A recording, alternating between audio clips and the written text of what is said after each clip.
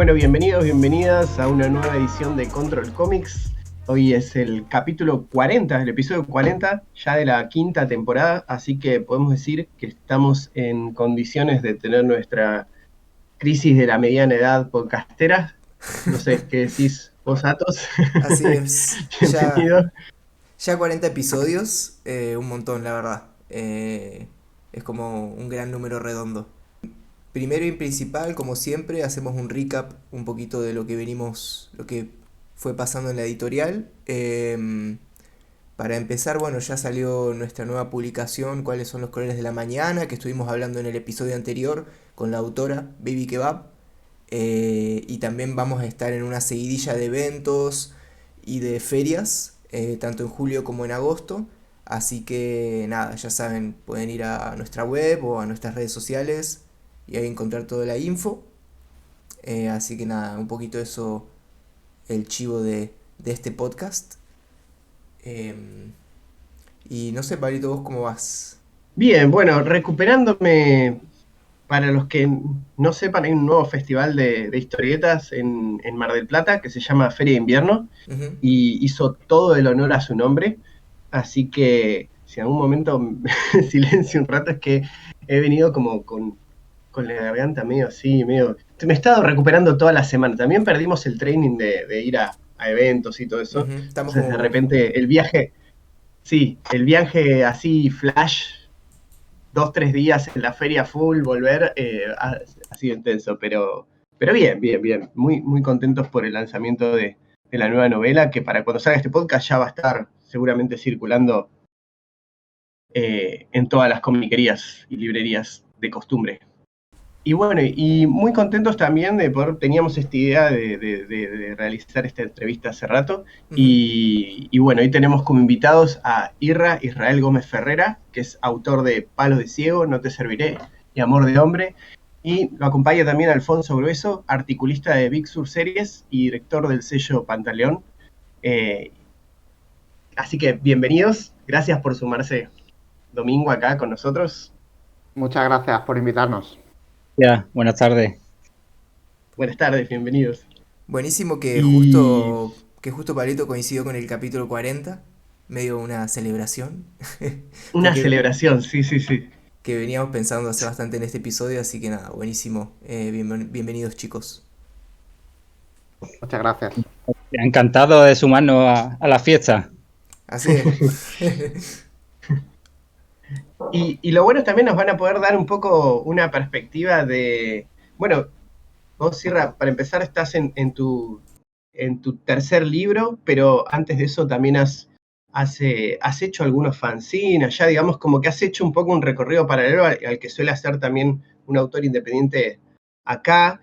Y Alfonso, vos formás parte de Big Sur Series, que entiendo que es como un aparato de alguna manera de difusión, reseñas, algo así. Entonces, también nos pueden dar un insight un poco de cómo es el ambiente allá, cómo dan esos primeros pasos. Así que, si quieren, podemos empezar un poquito por ahí a charlar.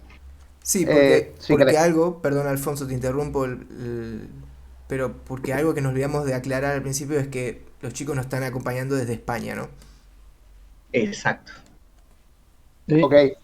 pues mira, si queréis, Irra, empiezo yo. Os planteo un poco el contexto y de cómo Irra y yo acabamos colaborando para la misma editorial, ¿vale? Y termina apareciendo Pantaleón Comics. Y también os podemos dibujar más o menos el panorama de cómo es aquí en España. Intentando no ser demasiado crudos, pero bueno, sí vamos a intentar ser transparentes y acercarnos a la realidad de una manera lo más precisa que podamos, ¿vale? Genial. Pues yo desde 2010, realmente hasta 2010 yo siempre he sido aficionado a los cómics, un voraz lector, ¿vale? Eh, Y durante esa época, 2010, empecé a escribir lo típico, como empiezan los prescriptores típicos, que es con un blog personal. El mío se llamaba Aburrimiento Vital, estuve varios años escribiendo. Y luego pasa un tiempo y lo típico, quizás el primer error que cometes, que es llamar a la puerta de algunas editoriales para, bueno, como realmente de tu bolsillo no das abasto para llegar a todo lo que es interesante, pues pides copias de prensa. Y ahí empecé a ver un poco el vicio del mundillo aquí en España, porque tened en cuenta que es el mundillo editorial comiquero español es pequeñito, todo el mundo se conoce y es muy endogámico, ¿vale? Pero eso te tienes que dar cuenta por ti mismo y conociéndolo primero escribiendo, relacionándote, y luego yendo a los eventos de cómics.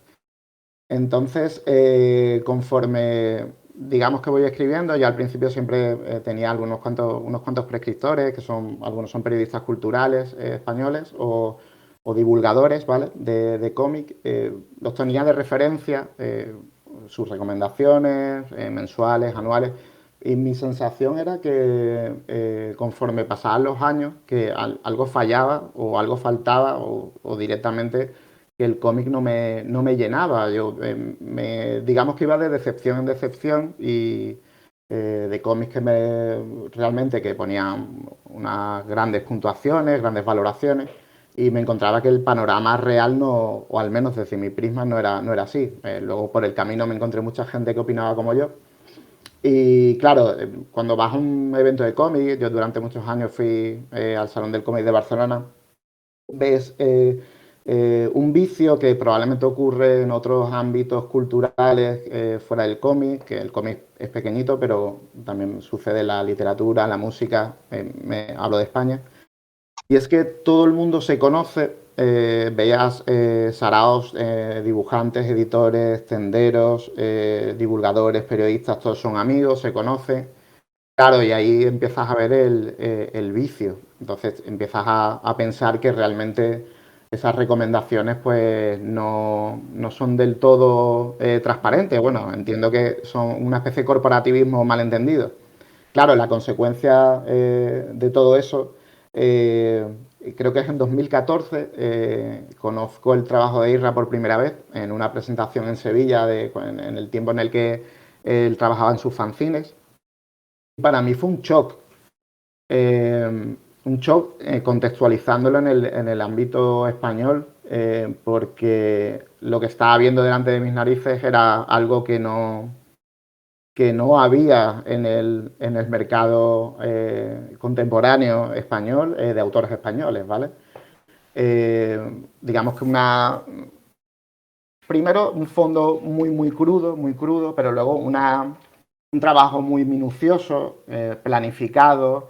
Luego el lenguaje que utilizaba no se parecía para nada. El lenguaje a la hora de comunicar su arte, e incluso luego cuando leías sus fanzines veías que efectivamente se trataba de otra cosa.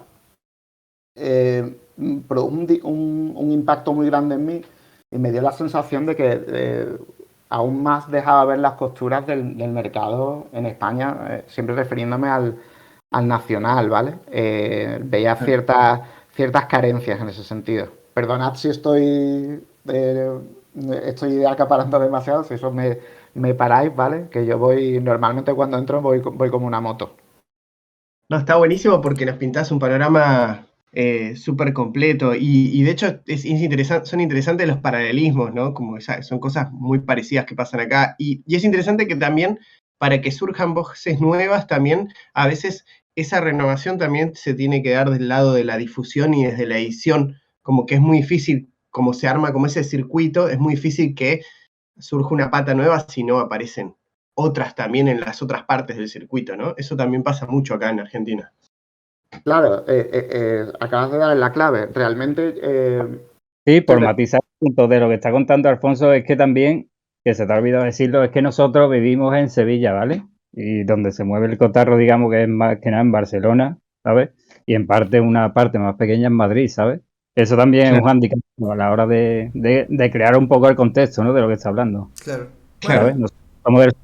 Somos del sur de España, digamos, y el cotarro se mueve en el norte, básicamente, ¿sabes? Y eso pues también una distancia que marca bastante, ¿sabes? Sí, bueno, solamente por matizar eso. No, además el matiz es importante porque realmente hay una cierta visión peyorativa de Andalucía. Yo, por buscar algún paralelismo con Argentina, quizás, no sé, quizá la región del Norte Grande, que es una región más pobre, y entiendo al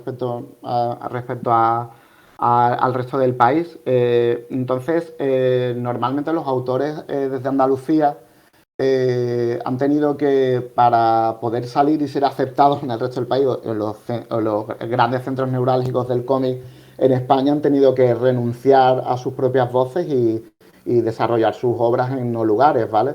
Entonces, otro de los matices que me golpearon bastante fuerte cuando conocí a Irra es que, claro, el Irra desarrollaba toda su obra en Andalucía. De hecho, todas sus obras son entre la provincia de Málaga y la de Sevilla.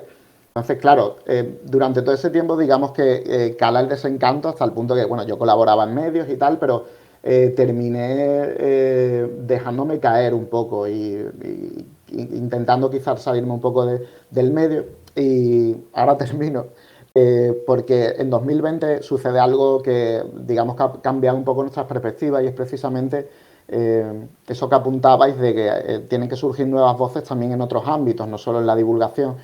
Tuvimos la oportunidad, Irra conoce a Antonio López, ¿vale? Un editor que junto a Javier Romero arman una editorial que se llama Hojas de Hierba, y la punta de lanza era una revista de arte underground que se llama Big Sur, un artefacto mastodóntico en el que, bueno, contactan con Irra. Irra les sugiere que hablen conmigo porque lo que necesitaban son voces fuera del canon, digamos, voces desde los márgenes, y que ellos pensaban que tenían cabida en la publicación. Entonces, claro, me encuentro con unos tipos bastante con una idea muy clara, con una fuerza contagiosa que, claro, me volvió a poner un poco en el punto que estaba unos años antes. Entonces, dándome la posibilidad de escribir sobre lo que quisiera, sin límite ni de espacio ni de contenido. Claro, Irra se iba a hacer cargo, le ofrecieron la posibilidad de hacer la portada, que era descomunal, y yo decidí hacer un monográfico sobre Irra. Y eso fue un poco el comienzo de todo, porque luego empezaron a surgir los sellos en la editorial, y uno finalmente fue el de Pantaleón. Buenísimo. Sí, es muy interesante. Nada, no sé si a vos te pasa, pero yo puedo ver muchas cosas como en común del ambiente y los recorridos, ¿no? Sí, yo creo que en ese sentido acá en Argentina pasa mucho que todo está históricamente centralizado en Buenos Aires. Em, por ahí acá no tenemos, como vos decías, Irra, antes que primero estaba Barcelona y después Madrid. Acá por ahí sería históricamente Buenos Aires y después Rosario, por ahí.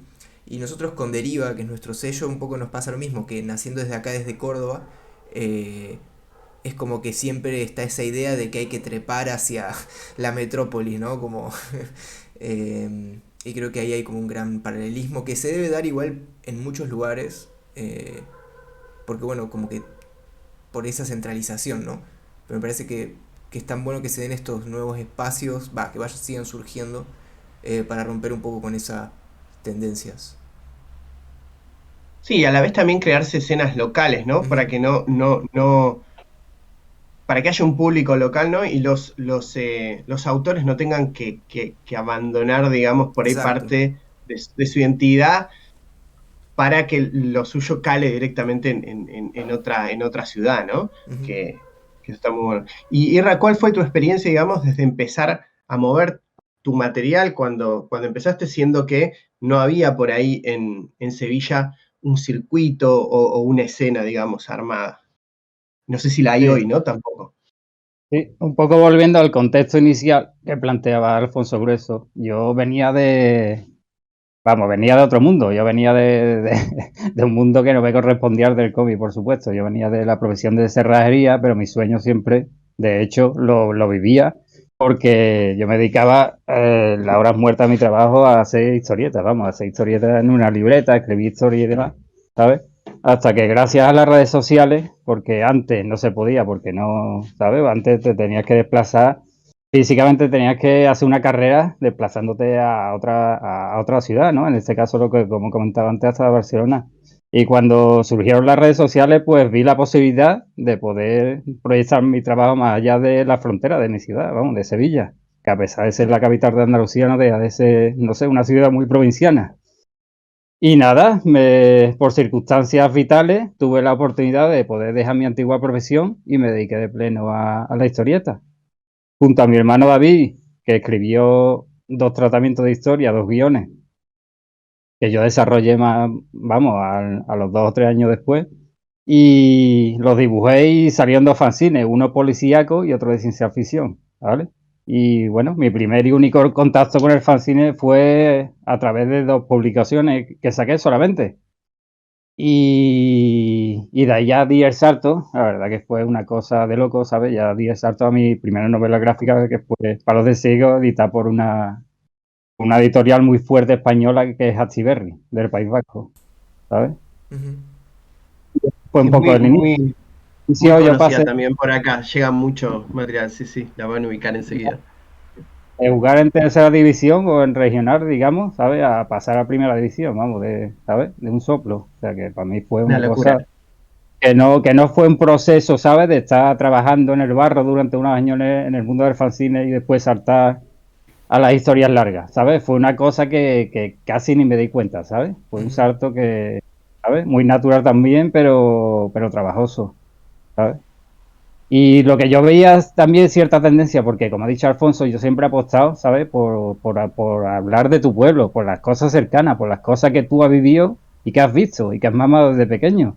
Y yo veía que la tendencia, sobre todo de los autores de Andalucía, que daban el salto y salían fuera, por ejemplo a Barcelona, es que se aclimataban o enfocaban su historia desde el sitio que no le era natural, o sea, desarrollaban historias en no lugares, ¿sabes? O en todo Claro. caso, o en Barcelona o en Madrid, en cualquier otro sitio que no fuera de la región que son, porque Andalucía levanta muchos prejuicios en el resto de España. Quizá porque somos la comunidad autónoma, puedo decir, más pobre de España, ¿sabes? Y se nos mira un valor, vamos, se nos ve por debajo con respecto al resto de ciudades, vamos. Y yo siempre hice la apuesta, vamos, lo tuve claro, de hablar de mi entorno, ¿sabes? Igual, no sé, de la misma manera que la gente de Nueva York habla de sus barrios, de la misma manera que, por ejemplo, Martín Scorsese hizo Suma a las calles, ¿sabes? Haciendo una Claro. comparación del cine, ¿sabes? ¿Por qué no puede hablar de tu barrio, ¿sabes? Y de la gente con la que te has criado y al fin y al cabo de lo que para ti supone que es fuego. Y no sé, y yo siempre defiendo mi material desde ese punto de vista, desde las tripas, ¿entiendes? De lo que me duele y de lo que realmente me importa. Y por ahora, a día de hoy, y espero seguir haciéndolo, que quiero que todas mis historias tengan ese fuego. Y ese es un poco mi propósito. Está buenísimo. Y yo justo te iba a preguntar, pero medio lo respondiste, digo, esto de si fue como una decisión consciente, digamos, de decir esto, ¿no? De decir, bueno, voy a usar estas temáticas, o era ya algo que estaba cruzando tu obra en tus fanzines, ¿no? Y eso medio lo respondiste, pero lo que yo te quería preguntar es si encontraste resistencia o cómo Y abrazaron la claro, propuesta finalmente. sí, sobre esa cuestión, sí, lo que pasa es que es larga, pero bueno, tenemos tiempo, ¿no? Sí. Sí, Eh, sí, sí. Soy a pintar mucho Alfonso Grueso. Cuando yo saqué Palos de Ciego, yo sabía, bueno, tenía dudas mientras lo hacía, yo pensaba, esto no se va a publicar nunca, esto no se va a publicar nunca, porque además rompía un poco con el tono, ¿no? De lo que sale o salía por entonces en el 2016, que aún a día de hoy no sale, con el tono que yo estaba marcando no tiene nada que ver con el mercado, ¿sabes? Y digo, esto no sé, lo veo bastante brutote, ¿sabes? Para lo que sale. Porque ten en cuenta que la gran mayoría de la gente que relata o hace una historia sobre los bajos fondos suele ser gente de clase media alta, ¿sabes? Porque es así por tradición, vamos. Te quiero decir, películas poniendo el ejemplo del cine como Ciudad de Dios, no está contada por alguien de la favela, está contada por alguien Claro. de la clase alta, digamos, burguesa, ¿entiendes? Y yo creo que en ese aspecto soy una rara avis, y después eso sumado a que estoy contando una historia no de la periferia de Barcelona, sino del extrarradio de Sevilla, pues ya iba a levantar toda clase de prejuicios y por eso temía que esa obra no llevara nada. Total, que la saqué y ya me habían advertido algún que otro amigo, ¿sabes? Que desde Peñaperro para arriba, ¿sabes? Que es la frontera, digamos, de Andalucía, Claro. no muy claro que eso, ¿sabes? Pudiera gustar. Y nada, salió y para mi sorpresa, porque yo fui descubriendo el entorno este del mundillo del cómic conforme lo iba viviendo. Yo no estaba advertido porque realmente vengo de fuera, ¿sabes? O sea que no tengo tanto recorrido como para conocer, ¿sabes? Este ámbito al 100%. Claro, y Total, anticipar qué podía pasar, para nada, eh, por ahí. y no tenía información ninguna. O sea, llegué virgen a esto, ¿sabes? Y así me lo llevé todo. O sea que el título Palo de Ciego le hacía justicia a mi situación vital. Porque me llevé palo por todos lados. ¿Y cuál es mi sorpresa? Que aunque gustó en muchos entornos y además, coño, que trascendió, como que se vio en parte la proyección un poco desbordada dentro de los parámetros de lo que es el cómic en minoritario, eso no hay que olvidarlo. Pero aún así, di entrevistas en televisión, que para mi sorpresa, en medios generalistas, demás, pero dentro del mundo del cómic me vi que hicieron un vacío completo a la obra. ¿Sabes? Y yo, pues, al cabo de los años, pues tuve que indagar y, bueno, ya he contestado a esa cuestión, ya ha contestado Alfonso Grueso un poco de por qué venía, ¿sabes? Claro, Cuando claro, había yo, décadas sobre la periferia de Barcelona, ¿sabes? Y eso era lo más de lo más. Pero cuando saqué una historia de la periferia, como yo le digo, periferia no, del extrarradio de Sevilla, vi que como, ¿sabes? Como que esa historia no existía, vamos, intentaron hacerme un vacío. Pero al final, por justicia poética, como yo digo, al año siguiente compraron los derechos para sacar una edición en Francia, vamos. Así que la historia caló y trascendió más allá de la frontera, vamos. Por suerte para mí, porque más allá de las tonterías en plan egocéntrica, para mí eso supuso mucha gasolina moral, porque ten en cuenta que ya te digo, ¿sabes? Realmente no tuve feedback casi aquí en España, ¿sabes? Con respecto al material. Claro. Qué loco eso. Yo una cosa que pensaba también, pensando en Palo de Ciego, por ejemplo, y de algunos personajes que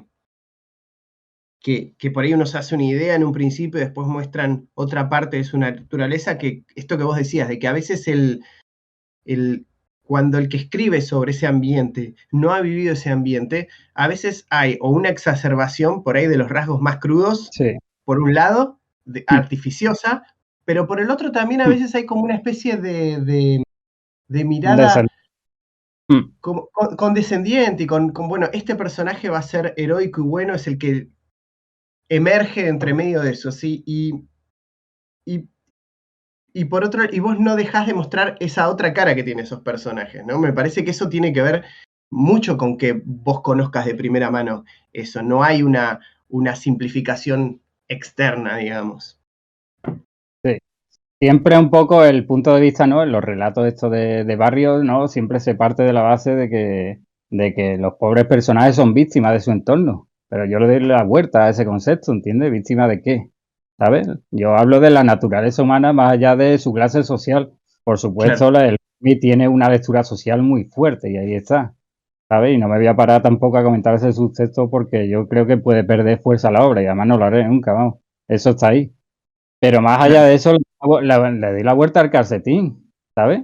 De que el supuesto cordero realmente es un lobo, vamos, y que ¿sabes? Porque también hay muchos tópicos aquí de que en la pobreza hay una gran cadena de solidaridad, de ayuda, ¿sabes?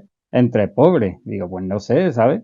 Eso será que será, no sé, una teoría en la escuela de la ONG, ¿sabes? En el Claro. mundo realmente eso no existe, ¿sabes? En cuanto ven que una de las gallinas del corral está sin una pata, la devoran, ¿entiendes? Porque es así. En cuanto muestra flaqueza, te devoran el resto. Y un poco lo que muestro. Y sin embargo, más allá de eso, tampoco voy a hacer spoiler de la obra. Ya te digo, como comentaba antes, le di la vuelta a la situación, vamos, y nada es lo que parece. Ujú. Sí, yo creo que, y ya que estamos hablando de palos ciegos, traigo una pregunta que mientras lo leía me surgió, que es por ahí más Irra, sobre, sobre la misma obra en sí y la creación.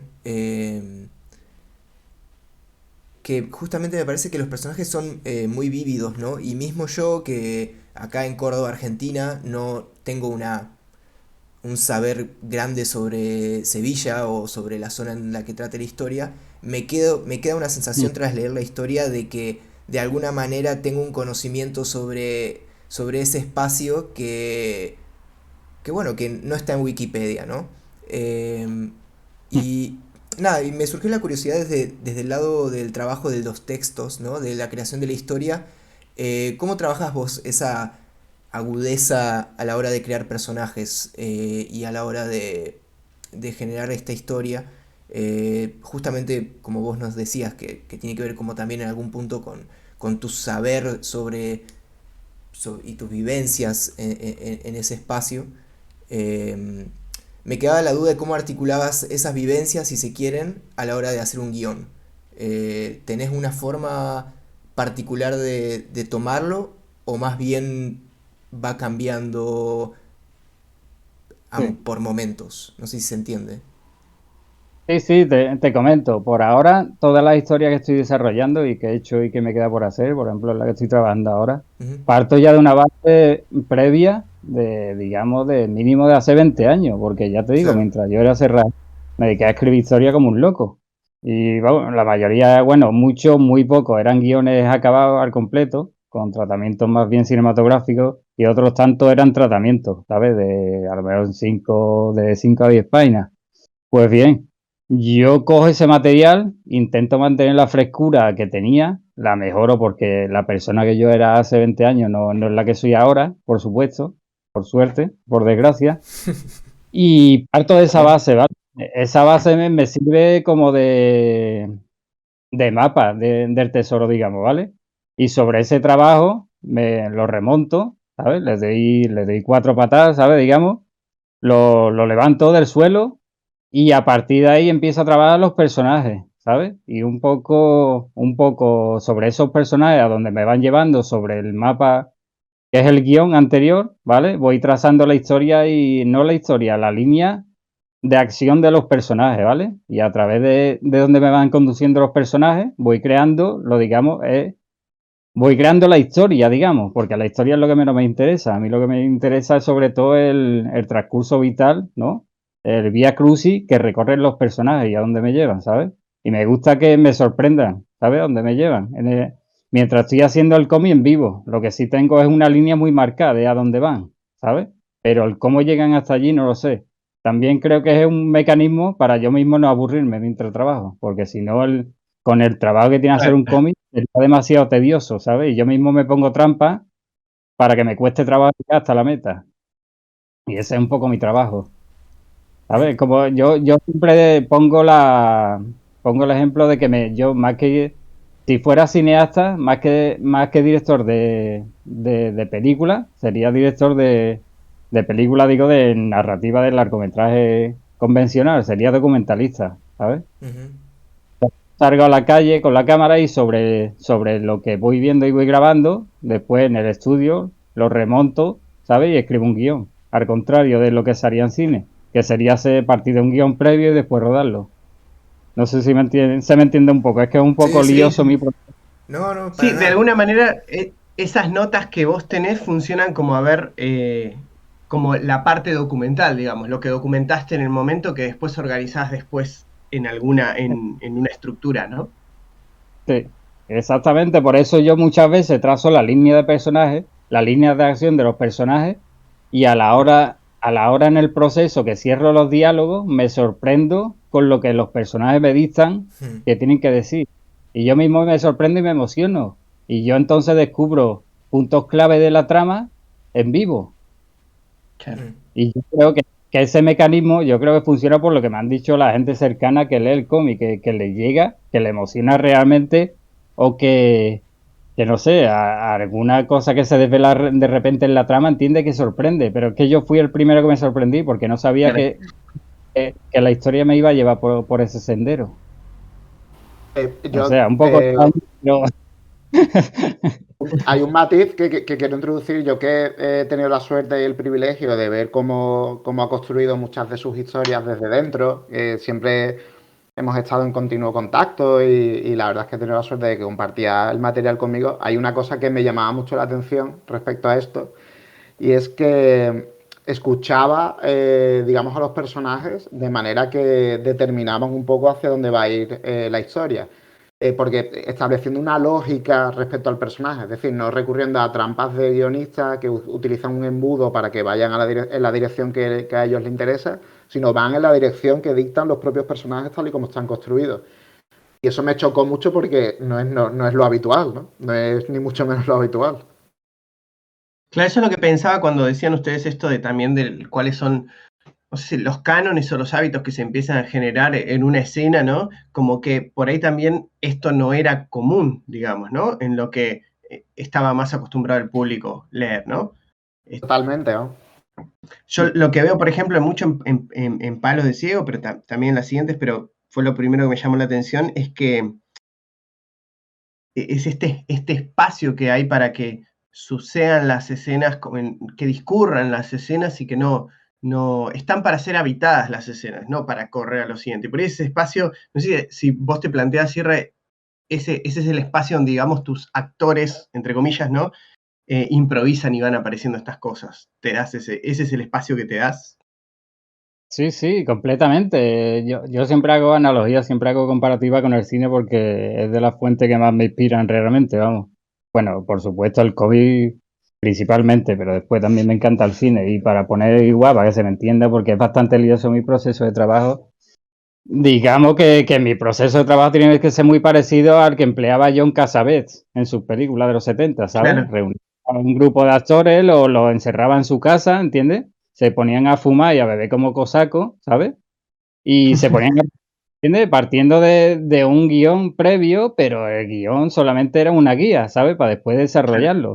Ese guión estaba vivo, vamos. Porque un guión no tiene, no es más que solamente eso, una pauta, vamos, ¿sabes? Marcar que tú después tienes que abordar de manera libre, para que eso después a la otra parte, al lector, ¿no? Le llegue de manera viva, le llegue que parezca que lo está viviendo, porque es como ha dicho Alfonso, es que la escaleta se nota en los guiones, ¿sabes? Mm. Y Cuando la la siguen muy al pie de la letra, sí. de hoy da un cantazo brutal, ¿entiendes? Como que dice, hostia, ya está por aquí, ¿sabes?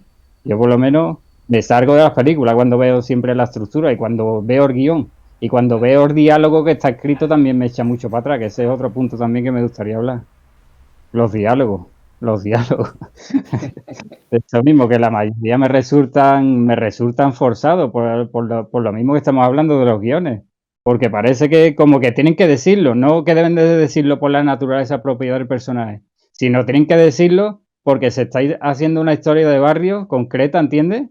En tal sitio. Pues claro, esta gente, esta clase de individuos se tienen que comportar de esta manera. ¿Por qué? Porque lo he visto 10.000 veces en 10.000 películas, ¿sabes? Y parten de esa base. Yo como parto de la verdad de lo que he vivido, ¿sabes? Pues me puedo diferenciar de eso porque realmente los diálogos que yo transcribo, que plasmo después en el papel, son diálogos que he oído ya en mis amigos, en mi entorno, en terceras personas, ¿sabes? Y están ahí vivos. Y yo O algo sea que pensaba que, con pues, respecto a esto que decías es si te anotás, digamos, como cosas, digamos, a tener en cuenta, por ejemplo, a la hora de, qué sé yo, por ejemplo, no hay mucho en tu obra de ni monólogo interno ni nada, como que los estamos viendo de afuera, lo que también permite lo fragmentario, el no sobre, digamos, no forzar todo lo que piensa el personaje, que por ahí si sondeásemos a ese nivel sería mucho más difícil de manejar y que sea creíble, ¿no? Si te impones algún procedimiento con respecto a eso, que pudiera haber ido apareciendo espontáneamente mientras ibas trabajando, ¿no? sí, realmente el guión original de Palo de Ciego, el tratamiento inicial que hice hace 20 años, realmente estaba trazado el personaje a través de una voz en off, ¿vale? Que explicaba un poco el contexto y demás, su pasado y demás. Y decidí, siempre cuando comienza la historia, tienes que marcar, ¿no? Un poco las directrices. Y la primera que corté fue la voz en off, vamos, la suprimí. Solamente hay una entradilla muy pequeña al comienzo en las primeras páginas y se corta hasta el final, ¿sabes? Porque veía que sí, ahí sí era importante matizar un poco el concepto. Pero por lo demás, sí, es lo que tú dices, más que nada porque si interiorizas demasiado y no sé, expones demasiado al personaje a través de la voz en off, como que se pierde esa ambigüedad, ¿no? Moral que yo Claro. siempre desarrollo un poco en las historias, ¿sabes? Porque si el mismo tío desvela cuál es su finalidad, ¿sabes? ¿Qué sorpresa va a haber después, entiendes? En el transcurso de la acción. O sea que puede funcionar la voz en off, de hecho es un recurso muy bueno que funciona en muchas narrativas. Por ejemplo, no sé, se me ocurre Taxi Driver, ¿no? Taxi Driver no podría Claro. funcionar sin una voz en off, pero tú desde el comienzo sabes lo que va a cometer ese personaje al final. Es que lo sabes desde que empieza. Por ahí sí. Pero yo por ahora, por la historia que estoy haciendo, estoy jugando a una base totalmente contraria. Tú te crees que el personaje es una cosa y es realmente otra, ¿sabes? Y la Eso voz en está, off pues anula esa voz, vamos, ese elemento. sí, yo creo que es una de las cosas que, como mencionaba antes, Datos, es lo que da más una impresión de realidad, ¿no? De que un personaje por ahí pueda tener esta cosa de traerte a la realidad de nuevo, ¿no? Un personaje pueda tener alguna actitud que uno identifica como heroica, inmediatamente algo te desencanta o te muestra un lado muy humano, como, decir, como diciéndole al lector, che, bueno, no, estamos en la realidad. O sea, no va a haber un héroe absoluto ni nada por el Sí, estilo. Y otros personajes que te dan también, que tienen algunas actitudes miserables, pero por otro lado te puedes compadecer por algún aspecto. Me parece que se nota mucho ida y vuelta entre un lado y otro, ¿no? De la exploración de los personajes. Y sí, sí. es brutal que lo percibáis así porque es exactamente tal y como Irra lo construye y no es algo muy común eh, esa percepción. Muchas veces le pegamos siempre palitos a la crítica en España porque no son capaces de desentrañar muchas veces las obras en general y las de Irra en particular desde ese punto de vista, pero ahí da, en ese análisis das en el clavo. Sí, una de las preguntas comunes de cómo era tan polémico como es normal con la violencia machista y demás, mucha gente me preguntaba ya después, pero bueno, ¿tú estás a favor de lo que has retratado en el cómic? ¿Sabes? Por Dios. A lo que estáis planteando ustedes, que me estáis sorprendiendo porque realmente lo estoy enfocando desde una óptica, vamos, que ojalá todos los lectores fueran iguales, o sea que, ¿sabes? Porque ese es mi empeño, ¿sabes? De que la gente un poco vaya a desproteger mi historia, como puedes salir a la calle, ¿sabes? Y meterte dentro de un barrio Claro, conflictivo. Tú no sabes nunca por dónde te va a salir una persona que se te acerque a pedirte fuego, ¿entiendes? Lo mismo realmente te pide fuego y se enciende el cigarro que te pega un guantazo y te quita el reloj, ¿entiendes? Pues es un poco donde yo te ubico en mis historias, ¿sabes? Como decir, esto es el mundo real, aquí estás desprotegido, ¿sabes? Aquí no hay truco, ¿entiendes? Aquí estás vendido. Y sin embargo se claro. pierden lectores, ¿no? Ya te digo, será por el tipo de lectura que hay, entiende que van en línea recta y me preguntaban si yo estaba a favor de todas las barbaridades que salen en el cómic, ¿entiendes? Digo, pues que no sé qué contestar. Eso, Eso te diga, Por- eso es la interesante. parte, hay una parte autobiográfica muy fuerte en el personaje y en su entorno en lo que vive, pero yo realmente si fuera como ese personaje tendría un problema o estaría en la cárcel. claro, Es interesante porque además creo que eso también remarca como la idea que decía, comentabas vos, Irra, antes de lo desde de la periferia, ¿no? Desde que construís desde esa periferia. Pero después cuando hay alguien de Hollywood que hace una película violenta, nadie se lo cuestiona, ¿no? Yo creo que tiene que ver con eso también, es como un detalle interesante, como para... Bueno, no sé, yo pienso mucho en eso, ¿no? Como cuántas veces vemos como relatos que retratan momentos de machismo o eh, incluso sin la astucia, digamos, de hablar de eso de la manera en la que hablas vos, sino por ahí incluso sin darse cuenta, en lo mainstream, digamos, y de repente se recrimina, ¿no? En, en lo independiente. Me parece como algo interesante que creo que también se replica un poco acá y en muchos lugares, ¿no? Eh, nada, me Sí, parece sí. interesante. lo que decía también esta cosa de que de esta, como esta bajada de que no hay una forma abierta de leer las cosas, ¿no? Que solo se puede leer de alguna manera. Mismo esto que decía, ¿no? De los personajes a veces parecía, a mí me sorprende muchísimo esta lectura de que hay a veces una sensación de que por ahí los personajes a veces expresan algo de lo que es el autor o, por otro lado, expresan algún modelo de algo, ¿no? Como que estamos muy confundidos a la hora de leer la ficción si esa es la manera de leerlo. Por otro lado, sería muy aburrido si qué poco exploraríamos de la naturaleza humana si los personajes fuesen todos ejemplos, ¿no? O algo que de alguna manera con la obra el autor está diciendo, bueno, esto lo avalo o me parece que es bueno. Nada, es un abordaje de una experiencia humana, ¿no? Es como, mismo, esto me lleva un poco al otro que, por esto que mencionaba Atos recién también, a Amor de Hombre, ¿no? Que tiene como esta especie de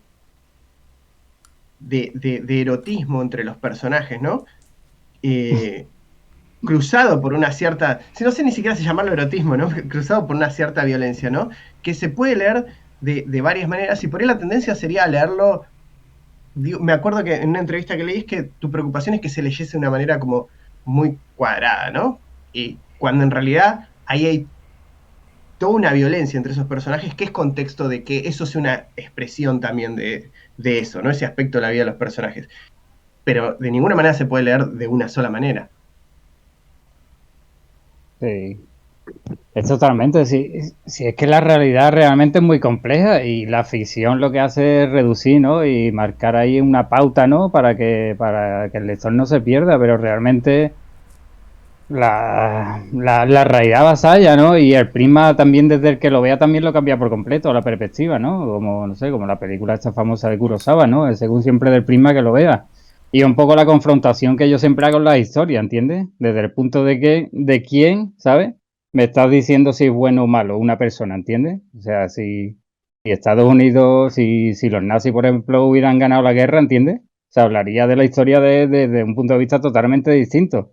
Pues en mi historia pasa igual, ¿sabes? Según desde el punto de vista que yo cuente la historia, que es lo que hago, sobre todo de manera más obvia, que también lo hago de manera más ambigua en las otras historias, en Palos de Ciego, que yo te estoy contando la historia de Jesús, pero en cuanto, ¿sabes? Se desvela digamos, entre comillas, la verdad, te das cuenta de la naturaleza humana de hasta dónde puede llegar y puedes justificar tus propios actos, ¿sabes?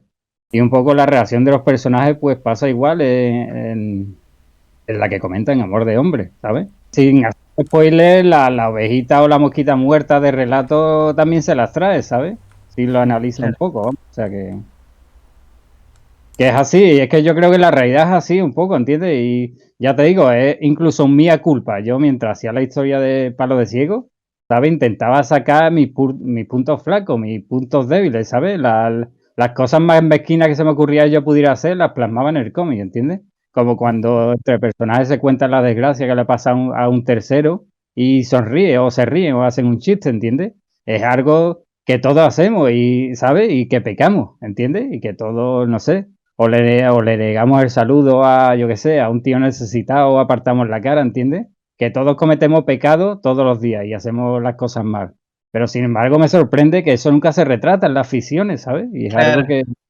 que me choca mucho. De hecho, dos personas que así de primera piense que lo plasman en su historia, el primero diría que es Luis Buñuel, que lo hacía mucho, y el otro sería Paul Verhoeven, que también lo suele hacer, vamos, sobre todo en su época holandesa lo hacía mucho, ¿sabes? Pero por lo demás es algo que realmente se trata poco, ¿sabes? Porque parece que somos todos, no sé, como que nuestros peos no huelen, ¿sabes? Como diría que, ¿sabes?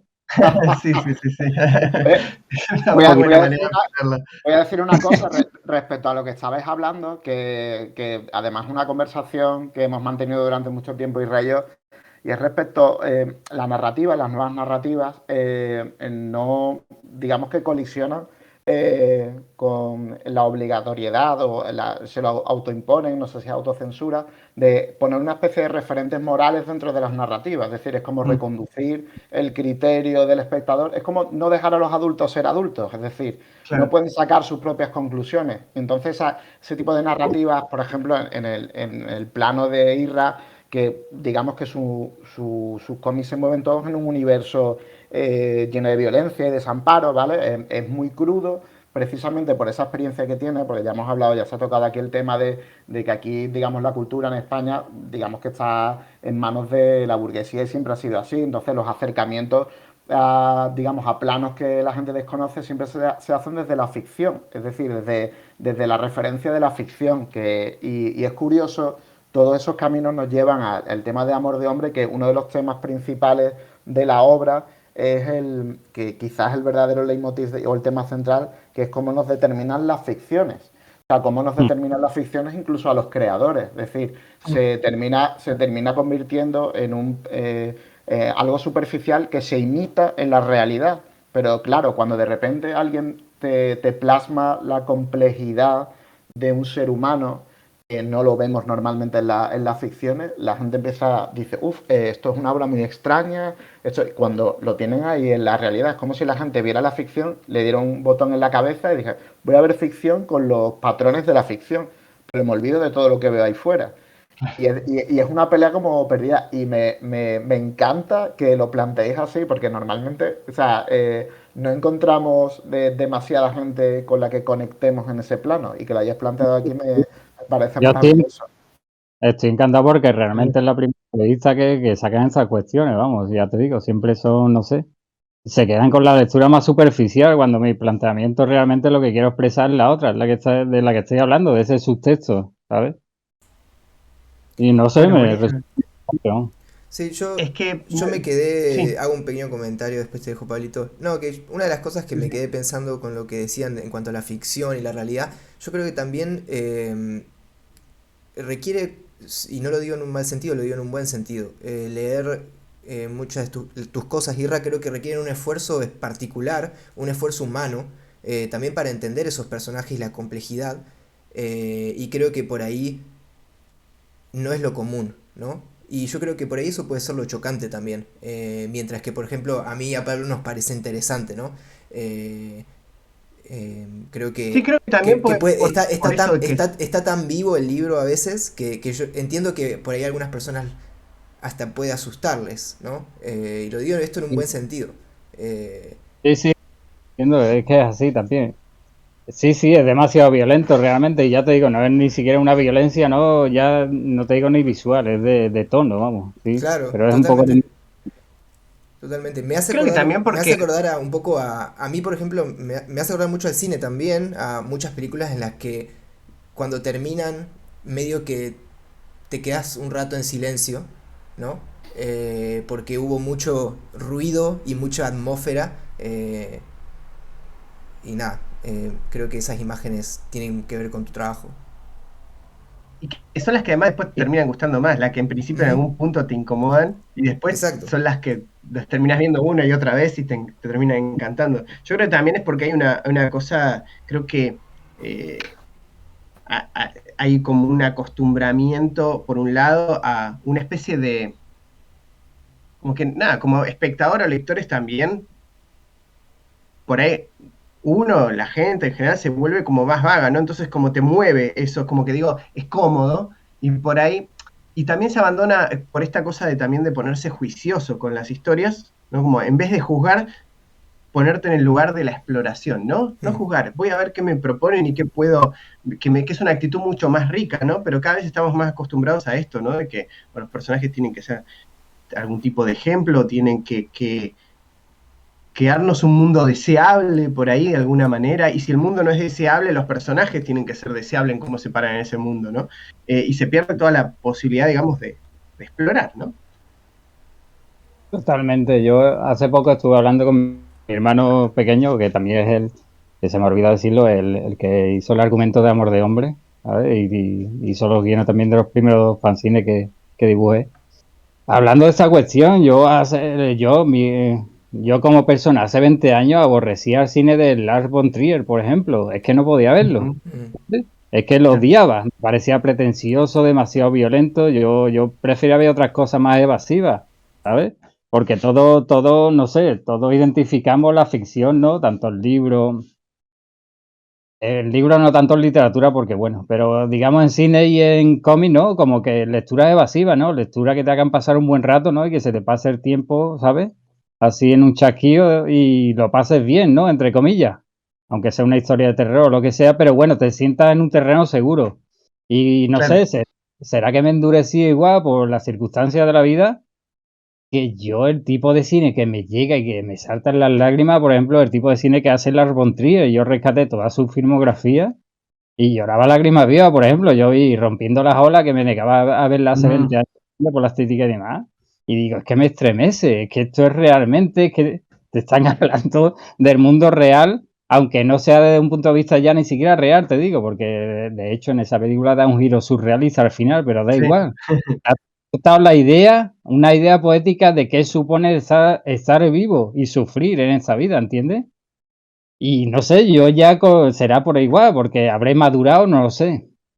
Que son el tipo de historia que yo quiero crear. Ya no te digo ni leer ni ver, porque quizás yo desde fuera, si me acercara a mi obra, ¿sabes? Que fuera de otra persona, seguramente me causaría rechazo, ¿sabes? Y me costaría leerlo como lo que estáis diciendo. Pero es que no sé qué decir realmente. Es como decía Robert Crumb en una entrevista de todas las aberraciones que dibujó a lo largo de su vida. Dice, yo hice lo que me salía, lo que tuve que hacer. Dice, ya son las terceras personas las que me tienen que amarrar o meterme en una, ¿sabes? En una cerda de locos, Claro. ¿sabes? Me puedo justificar, a mí me salió lo que me salía. Y es un poco esa idea, ¿entiendes? Que no puedo evitarse. ¿Sabes? Plasmar lo que me sale dentro porque es la única manera de ser honesto, porque yo creo que soy más honesto en mi arte que en la vida real, porque en la vida real todos llevamos en cierta manera máscara, ¿no? Que es normal y es necesario para no entrar en conflicto con las demás personas, pero en el campo del arte o de donde yo me desarrollo, realmente puedo ser sincero y puedo ser honesto, ¿sabes? Y es algo que Y, aprovecho, más en el cómic, y- que es y el un arte tan conflicto es más que bienvenido, además. eso es que es un arte tan minoritario el cómic y tan perfecto. Para mí es el medio perfecto, porque realmente puede hacer lo que quiere, puede hablar de lo que quiera. Y no entiendo cómo se le ha puesto coto al campo del cómic, ¿sabes? Como se le han puesto puertas al campo, Mm. ¿sabes? Coño, puedes hacer lo que Eh, quieras. Ya te eso digo, te no. acercas al cómic de Robert Crumb de los 60 y los 70 y dice, ¿cómo pudo hacer este tío esto? ¿Entiendes? Estas cosas. Por eso en cine no lo hubiera podido hacer, pero en cómic sí. Y a día de hoy parece igual.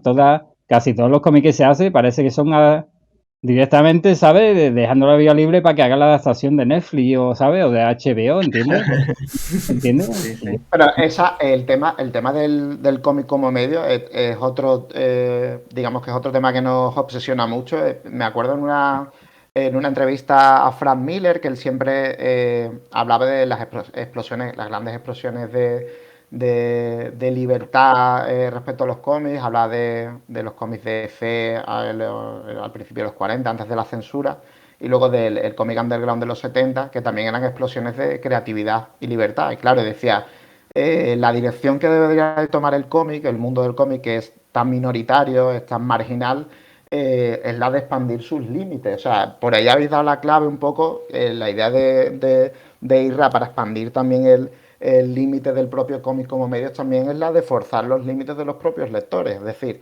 incomodarlos, como habéis dicho, el no ser cómodo. Además, de hecho, yo creo que es una de las funciones del arte.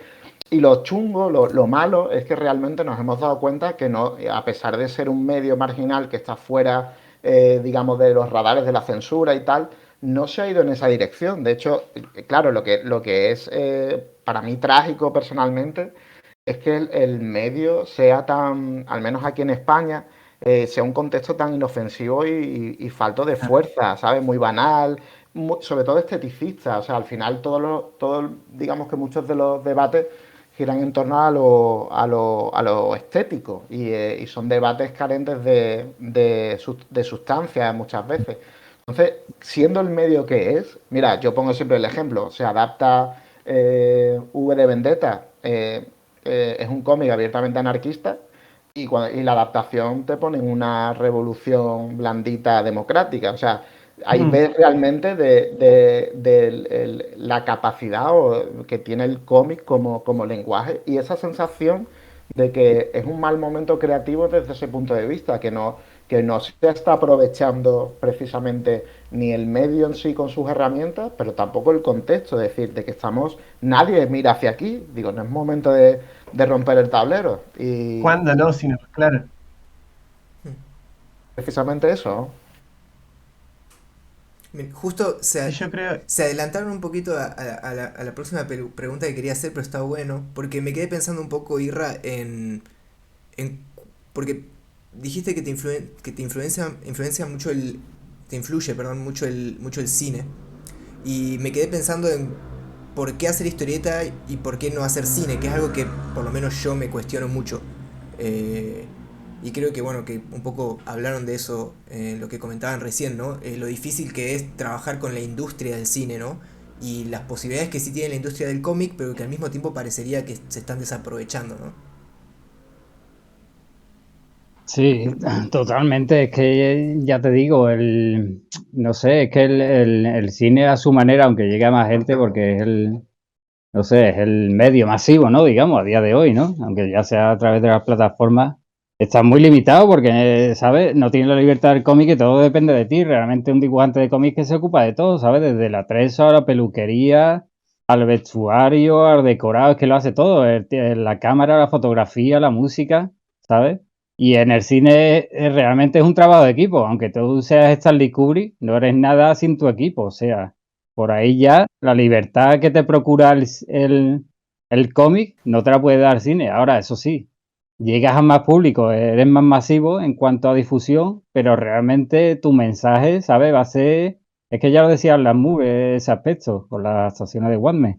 Es que tu punto de vista, lo que tú quieres expresar, va a ser al final un 5 o un 10% de lo que pretendías. Y en el cómic realmente puede llegar el 100% de tu mensaje. Es que es muy fuerte, ¿sabes?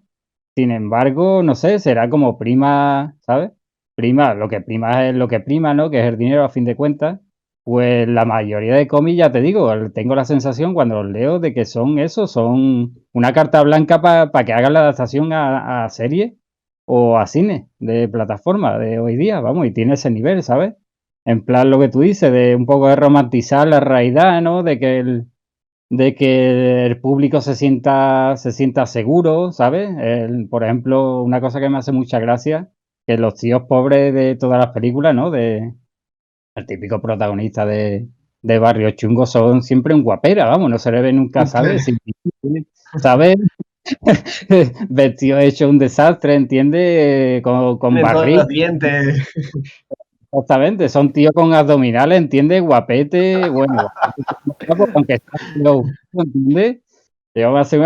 Se me atraviesa la imagen, por ejemplo, de la serie esta chunga de Hijos de la Anarquía, ¿no? Que eran unos tíos malotes, ¿no? En plan argentinos, que bebían cerveza y bebían whisky durante todo el día, pero tenían unos abdominales y unos brazos los tíos de gimnasio, ¿sabes? Tal Te lo cual. da la cerveza y el whisky, ¿no? Yo qué sé. En fin, que eso mismo, la romantización, digamos, que tiene o el concepto de cuento de hada que prima en el cine, realmente lo puedes anular en el cómic, que puede ser mucho más duro, como ha dicho Alfonso Grueso. Y tu mensaje puede ser mucho más subversivo y no sé cómo no se aprovecha eso. En cuanto a por qué no me dedico a hacer cine, pues algo, mi pretensión inicial hace 20 años fue esa, hacer cine. Y de hecho casi todos mis tratamientos son cinematográficos, pero bueno, me estampé con la realidad. Yo pertenezco a una clase media baja, ¿entiendes? Y me di cuenta que para acceder a la escuela de cine y todo eso, pues tienes que tener cartera, una familia que te sustente, ¿sabes? Por eso la gran mayoría de los relatos están contados por tíos de clase media alta que no saben realmente cuando hablan de un entorno que no les pertenece, entiende, que te hablen de una cosa que parece ciencia ficción.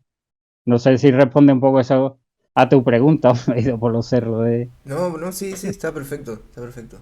De hecho, también eso pasa mucho acá. Nosotros tenemos muchos historietistas, incluso graduados de cine. O sea, yo me incluyo, ¿no? Pero Damián Connelly, Matías Zanetti de Córdoba también.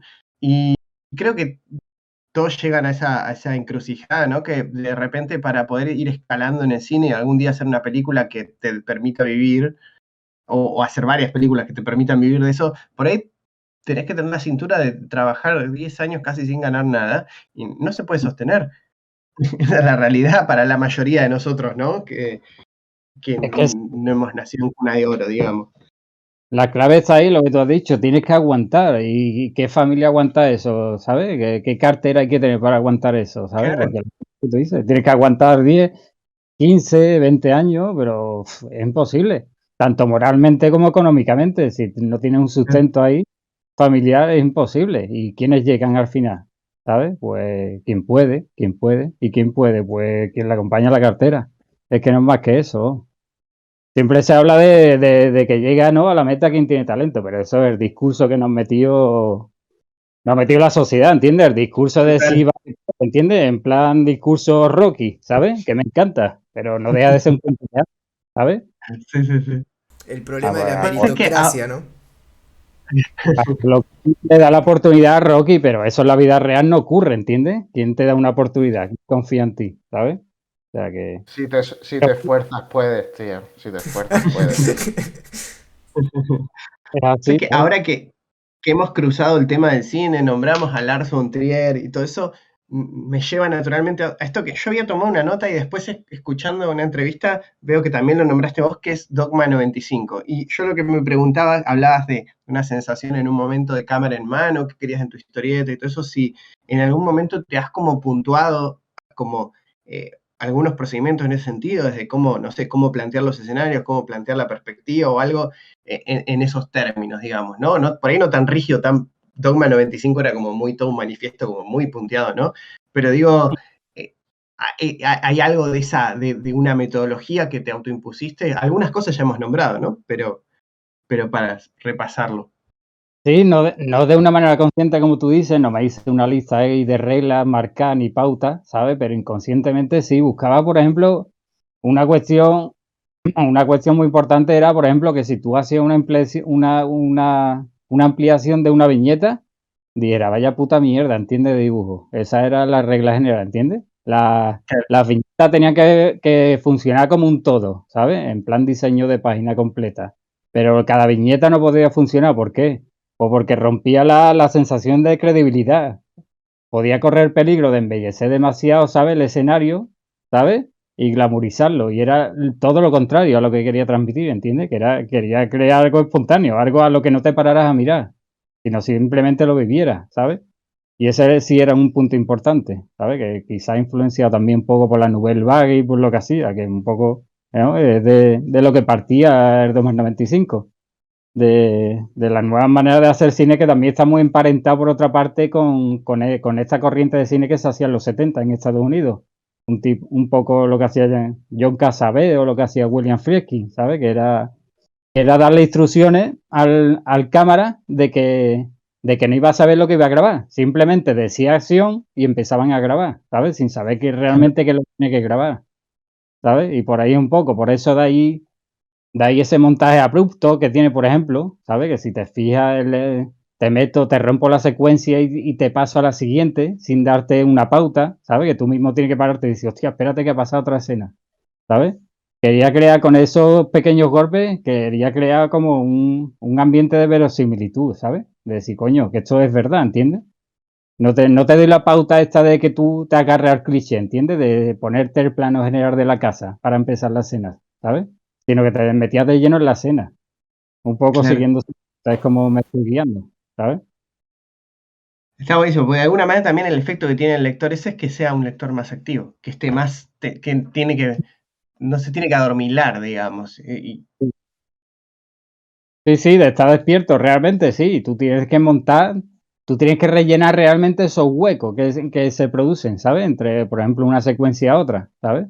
Y tú tienes que rellenar esos huecos, porque yo no te voy a dar las claves. La historia sigue adelante y tú tienes que ir amarrando cabos, ¿sabes? Y es lo que habéis dicho antes, que tienes que hacer un esfuerzo como lector, ¿sabes? Decir, hostia, espérate, ¿qué es lo que pasaba aquí? ¿Sabes? O por qué este le hizo esto al otro, por qué le hizo en 20 páginas atrás le hizo esto y ahora le está haciendo esto, ¿sabes? Y realmente cuando cierra el cómic, yo creo que te queda un poco más claro. No lo tienes claro del todo, pero conforme va empezando la historia, dices, hostia, pues ya sé de dónde viene esto, ¿sabes? Y jugar un poco también con ese desconcierto, es como en la realidad, ¿no? Como cuando te ocurre algo, ¿sabes? A lo mejor en ese momento que te ocurre algo, no te das cuenta a poder interpretar la escena, pero cuando pasan 2 o 3 días, tú mismo te has construido un relato sobre lo que fue lo que te ocurrió. Sí, y No sé, fragmentario y con todo ese nivel de buen desorden, digamos, ¿no? Que lo hace ser tan orgánico. exactamente. Sí, en esencia eso, es hacer que sea no sé, que en esencia sea una historia viva, ¿sabes? Que esté ahí como, no sé, como que sea algo casi espontáneo, ¿sabes? Aunque sea falsamente espontáneo. Crea un poco esa sensación, ya te digo, más cercana al documental que a la ficción, que al hecho de tú tener la sensación de que estás viendo una ficción. Y va un poco por ahí los tiros. Creo, es que igual estoy hablando por hablar porque realmente no sé si realmente después consigo los objetivos, ¿sabes? Pero un poco la pauta mía a la hora de trabajar es esa. Es que es una buena orientación, ¿no? Digamos, de alguna manera, a la hora de plantearte el trabajo, ¿no? Después es claro que esto entra todo en el proceso, suceden un montón de cosas espontáneas, ¿no? Pero digo, me parece que está claro que tenés como algunas normas o algunas cosas a las que apuntás que de alguna manera te sirven de guía para organizar el trabajo, ¿no? Sí, para esto te podría poner un ejemplo, por ejemplo, además me lo recuerda que me lo dio Alfonso con respecto a Amor de Hombre, sin entrar en spoiler. Al comienzo, ¿no? El protagonista recibe la llamada de su tío por teléfono, ¿vale? Estás dentro de un contexto que tú piensas que es, digamos, una escena costumbrista, digamos, ¿no? Claro. El tío que se queda, que se le muere la madre, ¿no? Le llama al tío y le dice, oye, ¿sabes? Que estarás mal, vente para acá, ¿sabes? Te doy trabajo, te ganas un sueldo, ¿sabes? Y lo mismo te anima. ¿Sabes? Y no tiene importancia. Pero cuando cierras el cómic y piensas en esa escena, la ves de otra manera totalmente distinta. Bueno, yo la De venía hecho, leyendo en orden y debo decir, me voy a tomar, buenísimo, en esta guirra me va a dar un respiro. No, no hubo chance.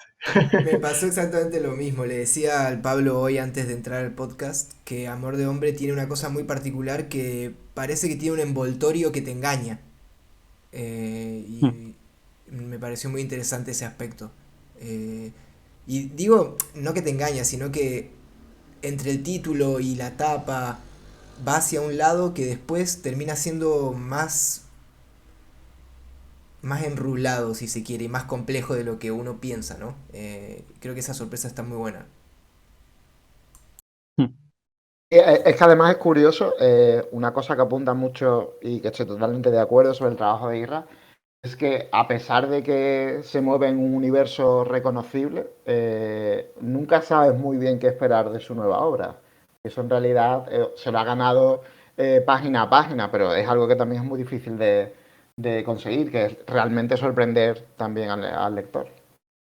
Me parecía interesante esto también creo que hay un puente con el cruce de los géneros con terror y digo de que también este universo como más realista, más inmediato, está cruzado también en No te serviré, en Amor de Hombre, ¿no? También con géneros, ¿no? Que también eso puede explicar, ¿no? El hecho de la llegada de la obra, ¿no? También de que está articulado con algunos géneros de manera media subvertida, ¿no? Y no sé, pero aportar lo tuyo, Atos, que perdón, yo te repisé. Vieron que No, dijimos que lo íbamos a hacer nosotros antes que nada, ¿no? no pasa nada, Pablito. No, un poco eso que por ahí salgo con una pregunta que va por otro lado, pero justamente pensando en los tres proyectos, por lo menos que yo tuve la suerte de leer, que es Palos de Ciegos, No te serviré y Amor de Hombre, también hay una cuestión que decían recién de esta sorpresa en cada libro, hay una sorpresa gráfica. Y por ahí una pregunta más de mi yo dibujante es eh, cómo te enfrentás a los proyectos desde esa particularidad gráfica. Eh, y digo, me refiero, por ejemplo, ¿cuál es la cualidad de Amor de Hombre que te dio la clave para simplificar o para acotar la paleta, etcétera? Me da curiosidad cuál es como tu postura en frente a esas posibilidades gráficas a la hora de empezar un proyecto. Y que agrego un anexo, también teniendo en cuenta que, según entiendo, cada obra fue realizada en tiempos muy distintos. De hecho, Amor de Hombre fue como en un tiempo como mucho más comprimido, ¿no? Y calculo que eso también será una variable importante. Sí, realmente, no sé, el proceso siempre en ese sentido, en lo que es la gráfica también, la paleta de colores y demás, es algo orgánico. Yo siempre voy como sintonizando, ¿sabes? Buscando el tono, ¿sabes? Sintonizando como los televisores antiguos cuando buscabas canales, ¿vale? Un poco por ahí. Realmente la abarco en blanco y negro, la historia, sobre todo cuando realizo storyboard de algunas páginas, ¿sabes? Sobre todo en las escenas de acción y demás, que son más complicadas. El diálogo no tanto, ahí me dejo llevar, ¿sabes? Y cambio bastante, ¿sabes? Y me llevan, como he comentado al comienzo, a direcciones que ni imaginaba, ¿sabes? Y, en cuanto a los gráficos, realmente ya te digo, es orgánico. Empiezo, digamos, en blanco y negro, ¿vale? Y conforme voy por la página 10, 11, 12, le voy cogiendo el tono, le voy cogiendo el pulso a la historia y sobre lo que yo veo que estoy trabajando, le construyo lo que es el armazón visual, ¿no? Como lo va a percibir la atmósfera el lector, ¿sabes? Y no sé, es algo instintivo, realmente es algo que tampoco me paro a pensar, que digo, mira, voy a hacer este cómic, ¿sabes? En tonos rojizos, ¿sabes? Ocre y demás, ¿sabes? O el segundo. Voy a partir de una base azul, ¿sabes? Y va tendiendo al rojo conforme va llegando al final con el estallido de violencia y la psicodelia y demás, ¿sabes? Realmente es algo que no me planteo, es algo que me va pidiendo el material, que no lo fuerzo, ¿sabes? Igual que he dicho que no fuerzo la situación de los personajes ni a dónde me llevan, no fuerzo lo visual, ¿sabes? Realmente es algo instintivo, ¿sabes? Un poco casi como de, no sé, casi de escritura, ¿cómo se dice? Escritura mecánica. Automática, ¿no? Automática, exactamente. ¿Sabes? Que es algo que nace dentro de las entrañas, que no podría explicar. En cuanto a la que habéis comentado, que sí me parece muy curioso, que creo que contesta a vuestra pregunta, es que me da cuenta, pero es a posteriori, ¿eh? Porque yo siempre me di cuenta de lo que quiero expresar pasado el tiempo. Yo realmente, mientras lo hago, no sé qué coño estoy haciendo. Esa es otra, ¿sabes? Voy por un callejón sin salida, ¿sabes? Y sin luces, o sea, me voy estrellando con todo, chocando con los cubos de basura, pisando al vagabundo la cabeza, ¿entiendes? Un poco así, y me recreo en eso. Y no sé de dónde me lleva, pero lo que sí es verdad es que me he dado cuenta, un poco por mi tendencia existencialista a ver la realidad, es que lo llevo todo siempre al terreno del terror. Me di cuenta con el palo de ciego, me di cuenta que realmente estaba contando una historia de terror, ¿sabes?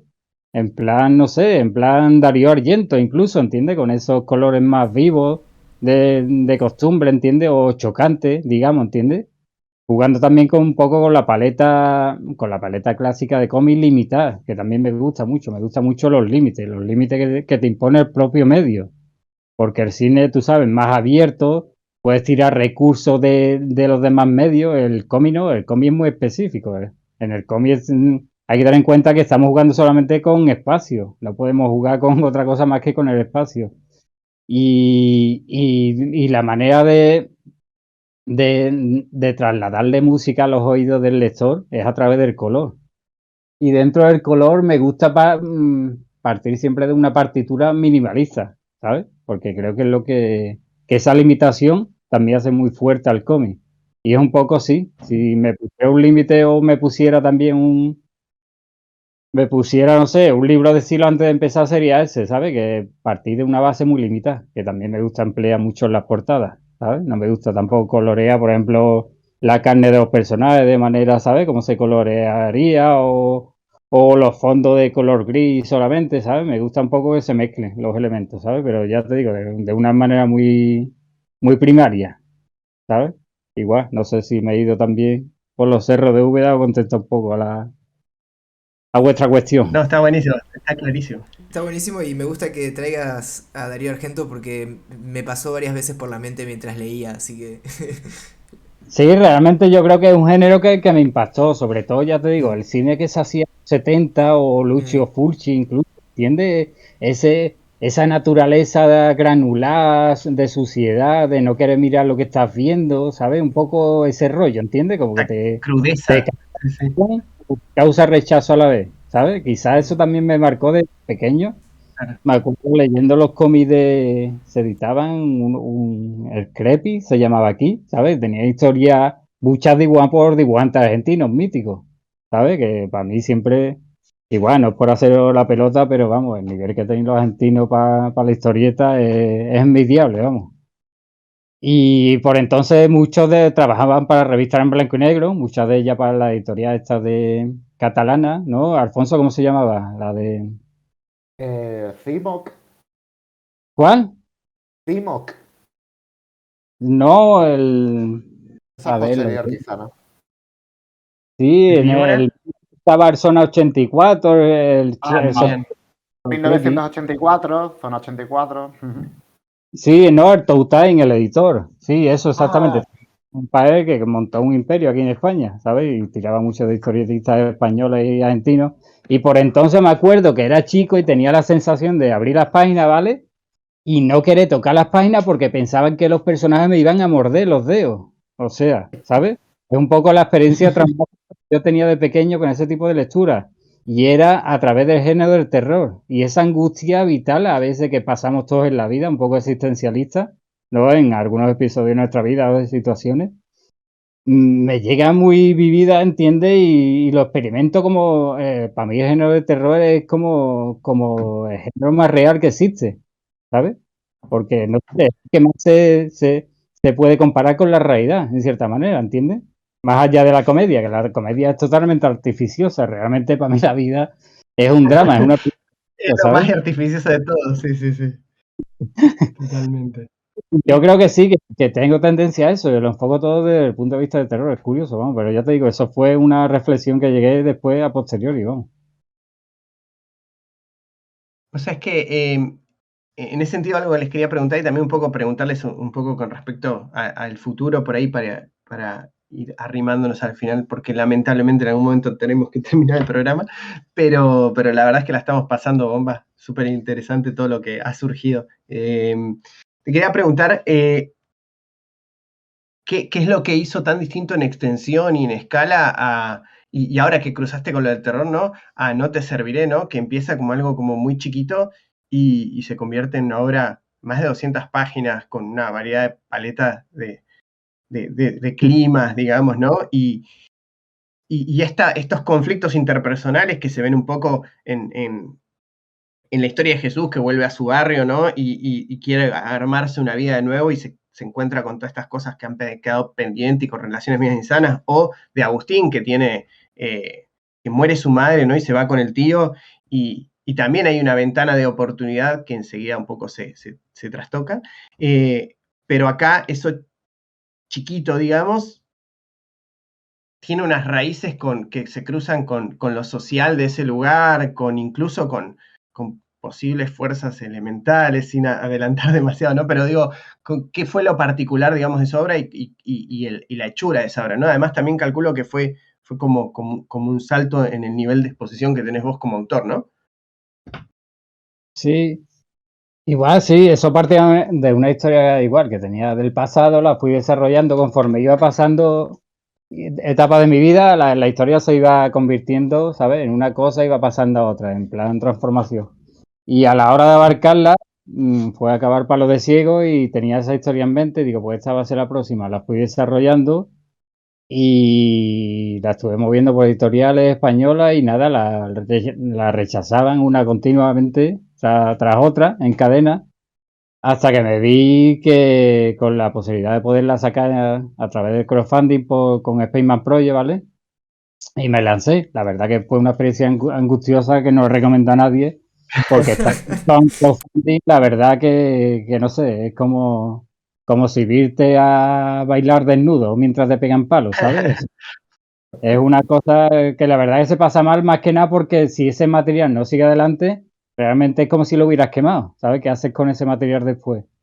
Y la putada de ese material es que yo tenía como 15 o 20 páginas desarrolladas ya, ¿sabes? Y quería seguir adelante porque por aquella época fue una época convulsa de mi vida que la verdad que fue como estar en un agujero negro por circunstancias personales y familiares y quería sacar toda esa fuerza oscura y primitiva, quería sacarla fuera, ¿sabes? Pero igual, de manera, en un tratamiento que el tratamiento del que partí base se quedó pequeño, vamos, o sea, me expandí, intenté ensanchar mis limitaciones y me dejé llevar simplemente. Y ya te digo, de una historia que de entrada creo que era de 150, 180 páginas, creo que se encababa 250 páginas. O sea, pero nada, en un abrir y cerrar de ojos, ¿sabes? Se amplió. Y era una historia que conforme la iba desarrollando se me iba escapando de las manos. Digo, esto es grandísimo, esto es un universo, ¿sabes? Hubo una Hermoso tentativa, cuando pasa eso. es muy interesante porque hubo una tentativa pues, para hacer una adaptación al cine, ¿sabes? Además seria, que visité una productora aquí de Madrid y todo, hice el pitch y demás. Parece que iba a seguir adelante, contrataron a guionista y todo. Y me di cuenta al hablar de la historia y demás que hacer una adaptación cinematográfica de esa obra no le haría justicia. Tendría que ser una serie Claro. de mínimo 12 capítulos, vamos, ¿sabes? Para empezar. Y ya te digo, Enorme. pues lo único que me guió fue la historia de los personajes, que son de los dos personajes que son la antítesis uno de otro, que es el protagonista Agustín y, y de Juan Guzmán, que igual, sin desvelar nada, pues son personajes que se entrecruzan, ¿sabes? Empezamos desde el punto de vista de Agustín durante creo que casi la mitad del cómic y de repente le perdemos la pista a Agustín y seguimos el trayecto de un personaje que supuestamente no íbamos a seguir, que es Juan, que va desvelando un poco la trama y definiendo lo que es el personaje de otra vez, de nuevo, desde un prima totalmente distinto del que se había partido, ¿sabes? Y te das cuenta que realmente la víctima era realmente el verdugo de la historia, ¿sabes? Y, y es algo que yo iba descubriendo conforme iba avanzando. Se fue ensanchando hasta que se ensanchó, como habéis dicho, ya un espectro cosmogónico, ¿no? A los H.P. Lovecraft, que digo, hostia, ¿hasta dónde me va a llevar la historia? ¿Sabes? Ya la cerré. Poco después ya la cerré. Pero ya te digo, podía haber continuado y continuado. Realmente, no sé, el proceso fue un poco, creo, que tuvo ese como lo que experimentó Francis Ford Coppola mientras hacía la de Apocalipsis Now, ¿sabes? Ese proceso un Claro. poco de decir, ¿qué coño estoy contando? Al final, he empezado rodando un guión sobre una historia de Vietnam, ¿sabes? Sobre la adaptación del Corazón de las Tinieblas y vamos, estoy contando la historia de todo lo que llevo dentro, ¿sabes? Y una vez más, tampoco sé muy bien, ¿sabes? Si transmitir la idea realmente de lo que quería más o menos expresar, pero bueno, es que de todas maneras, cuando cierras el cómic, se te plantean como cuatro o cinco conceptos fuertes, ¿sabes? Que yo creo que también es un resumen de, no sé, de todo lo que pretendo contar a fin de cuentas, pero que queda feo que lo diga yo, pero que creo que están todas las claves encerradas. Y creo realmente que es mi obra, y después de esa obra yo creo que todo lo que haga va a girar alrededor de esos mismos conceptos, que ya estaban desarrollados en Pueblo de Ciego, lo he desarrollado a una menor escala en Amor de Hombre, pero con este cuarto con el que estoy trabajando ahora, que es Perro Atado, sigue un poco esa senda, un poco menos abstracta que quizá, que no te serviré, pero con las mismas claves, ¿sabes? Y yo mismo me sorprendo porque ahora, por ejemplo, estoy repasando el material de Palo de Ciego porque lo están publicando en Estados Unidos, ¿vale? En formato comic book. Y yo mismo estoy descubriendo claves que estoy tratando a día de hoy, ¿sabes? Y que he tratado en las obras posteriores. O sea que como dijo Luis Buñuel una vez, ¿sabes? Realmente toda mi filmografía, eso lo dijo Luis Buñuel, está condensada en mi primera obra, que fue Un perro andaluz, ¿sabes? Que siempre hablas de lo mismo, estás condenado a hablar de lo mismo. Me parece muy interesante, muy limitante, por una parte, porque no puede salir de ti, ni puede salir de tu cabeza, pero por otra parte gratificante porque realmente supone como un exorcismo a todas las cosas que te atormentan y que quieres expresar, ¿sabes? Y yo creo que Y están además todas ahí. que se siente como un universo entero, digamos, o sea, es eso, y esa vertiginosidad y esa visceralidad, así que realmente queda esa sensación después de leerlo, de que había muchas cosas vertiginosas pasando y abriéndose, digamos. Qué bueno. Y eso completaría, ¿no? Digo, también para comentarles un poco a los que nos escuchan, como lo que sería, vos habías comentado en alguna entrevista también, esto de tu trilogía del Vía Crucis, ¿no? Entre Palo de Ciego, No te serviré, y este próximo proyecto que es, dijiste, perdón, Perros Atados, Sí, ¿no? pero sería ya con lo que cierro ya esa trilogía Y vos del sabés viaje. que creo que la editorial esta con la que estás publicando, creo que es Behemoth, ¿puede ser? Es, es también un autor publicado por nosotros, salió ya también con ellos, así en formato mini. Así que están ahí compartiendo cartel con Anda, Damián, con el mejor, ID. Me prometiste oscuridad. Bueno, y que lo que queríamos preguntarles ahora es, medio para cerrar un poco, qué es lo que les depara el futuro también con Pantaleón, con el sello Pantaleón, Alfonso, que también sus colaboraciones. Bueno, pues Pantaleón sigue trabajando, tenemos siempre abiertos muchos frentes, ¿vale? Nosotros básicamente desde Pantaleón, que bueno, hacemos lo que decía, un trabajo coral en el que Irra también, del que Irra es partícipe también. Nosotros básicamente marcamos las líneas de lo que creemos que debe ser publicado, porque nosotros, si como lectores veníamos muy descontentos y, digamos, cabizbajos de muchos años de cierta frustración, claro, ahora estamos en una plataforma única, gracias a Hojas de Hierba Editorial, y a Antonio López y a Javi Romero.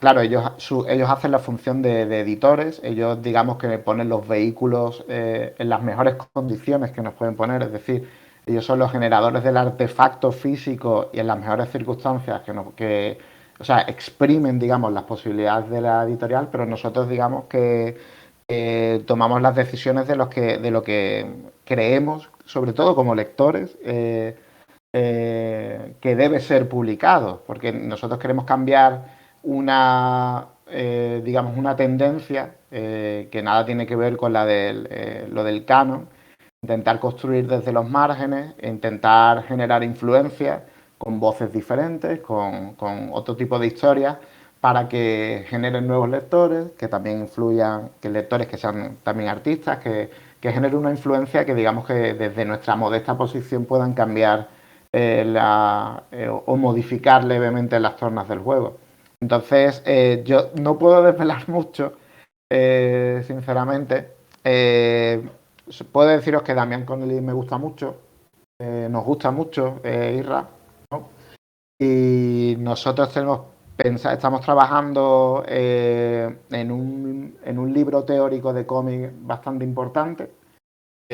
Anunciaremos en breve, pero que no puedo desvelar nada. Y luego el año que viene publicaremos un cómic que nos gusta bastante, de un autor no español, y seguramente sea en abril, y hasta ahí puedo contar.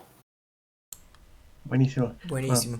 Nos encanta todo lo que nos cuentan, la verdad. Sí. Está buenísimo ver todo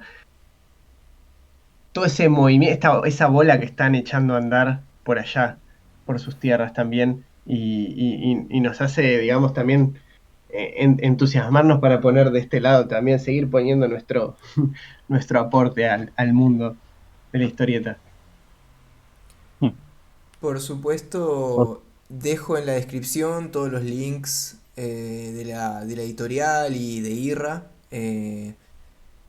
para que la gente que esté escuchando pueda ir a buscar, enterarse un poco de todo en las redes sociales. Así que nada, quería sumar eso para que quede en el podcast y no me olvido. Si no, después me olvido de avisar y después la Dale, gente no ve la descripción. importante, sí, sí, sí. Fue un momento chocante de sistemático, pero tenía que pasar. Tenía que pasar. Pero bueno, chicos, nada, como decía Ha sido Pablito, un placer. sí, un placer. Muchas gracias por venir a este episodio 40 del podcast. Y nada, muy linda charla. Espero que ustedes también la hayan pasado bien. Ha sido un honor y ha sido un gustazo estar con vosotros, ¿no? Muchísimas gracias. Muchas Y gracias. por mi parte ha sido muy gratificante y me habéis sorprendido además con las cuestiones que habéis sacado y vamos, muy agradecido porque, ya te digo, también salgo ganando yo, ¿sabes? Con vuestro punto de vista y me ha parecido muy interesante, vamos, la charla. La verdad que he estado muy a gusto, vamos. Me alegro, me Bueno, alegro. muchas gracias. Nos alegra mucho que te hayan pasado bien y a nosotros, y gracias por sumarse porque para nosotros esto, Control Comics es tratamos de que sea un aparato de difusión de este lenguaje Y nada, creo que el aporte que nos hacen en el capítulo de hoy es tremendo también, así que nada, súper contentos. Y que este sea el capítulo 40, así que Está buenísimo. Redondo, sí, redondo. Todo redondo. yo finalmente como nota personal agrego que estoy contento de que mi voz haya llegado al final del programa. No pensé que iba a pasar. Se la bancó bien, así que todo joya. Sí, sí, sí. Así que bueno, Bueno, chicos, un gustazo.